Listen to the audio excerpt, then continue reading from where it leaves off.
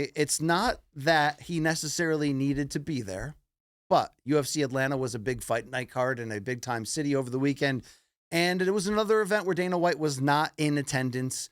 What does this say about his current role? Is it good that the UFC can run without Dana? Or should the UFC appoint someone else to help promote the brand for all of the times that Dana isn't there? Because as we've talked about ad nauseum, when Dana is there, like at 3:15, he left through the back door. At 3:16, he looked distant and uninterested. Luke Thomas, I was also looking to see on the Dana watch, will he be back and will he be back in his role? He was not. I say just give Hunter Campbell the damn ball. Not like he needs more responsibilities, but make that guy your voice. Either way, you got to have a consistent public voice who can answer the questions and steer the narratives. I don't think it's this guy anymore, Luke. What are we doing here? Yeah, I'm not even here to make some kind of angry claim about he's got to be there and he's got to do that. It's not going to work. It doesn't mean anything. We are where we are, right, BC? We are where we are. Whether you think it's good that he's gone because you don't like him, whether you think it's good or bad that he's gone because you think someone needs to do that work, it doesn't matter what we think about what he's doing. BC, he's got his energy drink. He's got, obviously, ties to the president. If we could play the video, we can he was actually here. in my neck of the woods over the weekend. He was in D.C. for the big 250th anniversary parade of what? The military? Of the Army. Okay. The Army's birthday. It was the 250 Army. And he had a prominent seat.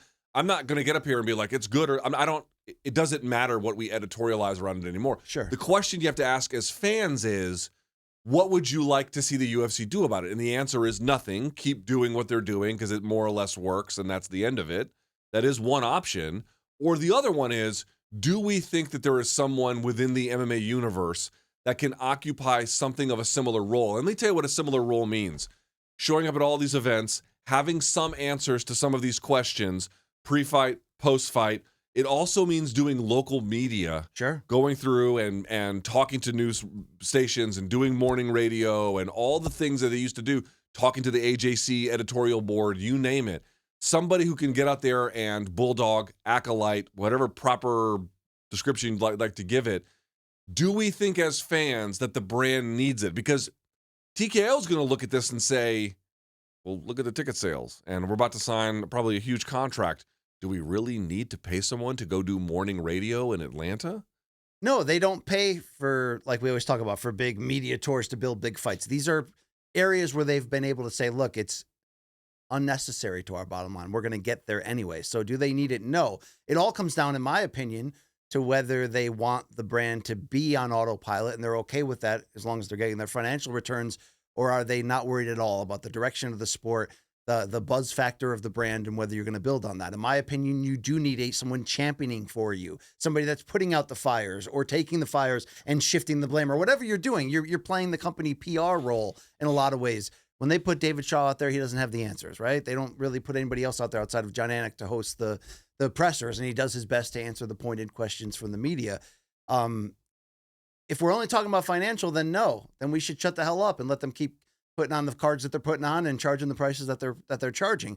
I just feel like we happen to care about the brand, the sport, the interest, all of that more than they do in a lot of ways. And if Dana is so disinterested or so busy, whatever it is, yeah, maybe it's time. I mean, look, you could argue that when you sign these deals, like the one with ESPN that was historic and record-breaking and massive, and like whatever the version of the new deal that they're about to sign, which appears as of now like it could be 2 or 3 outlets at once in getting the entire package.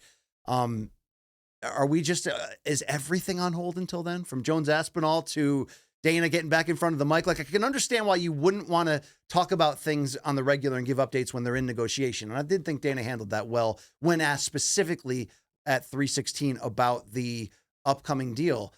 But don't you get that feeling like everything that's critical right now for the UFC is on hold until we find out where they're going?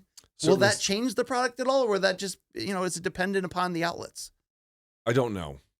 The only thing I can say is the UFC definitely made Dana White its biggest star. But the issue with that is when they become this level of star, where they're on the board of, essentially $1 trillion companies, sure, when they're hobnobbing with the president of the United States, when they're launching their own independent businesses, the biggest stars in UFC end up transcending and leaving the sport because they go on to quite literally bigger things. If that's just where Dana White is, you just have to ask yourself, does the company, from a fan experience, will it benefit from someone bulldogging that front role? I know there's a lot of people who've been complaining that Dana White was the biggest star in a way, and they didn't like that. And it's like, okay, well, if he's gone, then what's the problem? And I think the answer would be, well, it's not like they're putting renewed emphasis on, the fighters per se. They kind of leave them to their own devices to some extent, although there is obviously some media coordination. But in any case, it's just a question of like, you built up this gigantic entity, which used to have a gigantic process, and that had a complicated role. And now that era is clearly going away. Not permanently, but not in every way, but that say goodbye to whatever that was, where he was at everyone, doing everything, constantly being an acolyte. Now we're in a space where that's very inconsistent. Sure. What, if anything, is the remedy to this? Let me ask you a question, Long Island Luke. Do you think Chael Sonnen could do that role? To be honest, I know people always say Chael, people always say DC, Hunter. Like, I really don't think it matters who the fuck you put there. It could be Dave Shaw. Just have the answers and everyone will be happy. I really don't think it matters who you put. I think it's important, and we can say what we want about Coker, but he had the media, like, for the most part, believing in him and kind of championing his cause in the same way Dana did. There has to be that element. There has to be either a likable element or a must-see element to where people want to take your word and hear what you have to say, right? Like, if Diddy declares from jail that he's going to be an MMA fan, which promoter is going to have him at an event first if he gets a pardon? Probably UFC, but I wouldn't put PFL out of this topic right now as well. Okay.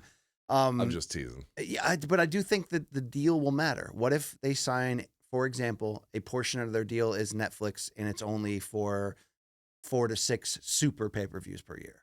And then we're gonna get 4 to 6 super pay-per-views. Like right? Aren't we?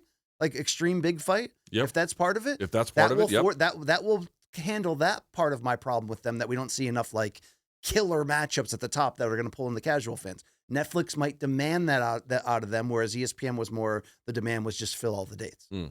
Maybe they still have a portion on ESPN if they have a small contract there, and maybe that's where the mail-in fight night cards at the Apex are. Okay, fine. Everybody's getting their fights. They're staying busy. Who will be the other? Who will be the third suitor? Is that Prime? And is Prime going to want a certain amount of big names? I hope the TV deal dictates the quality we get.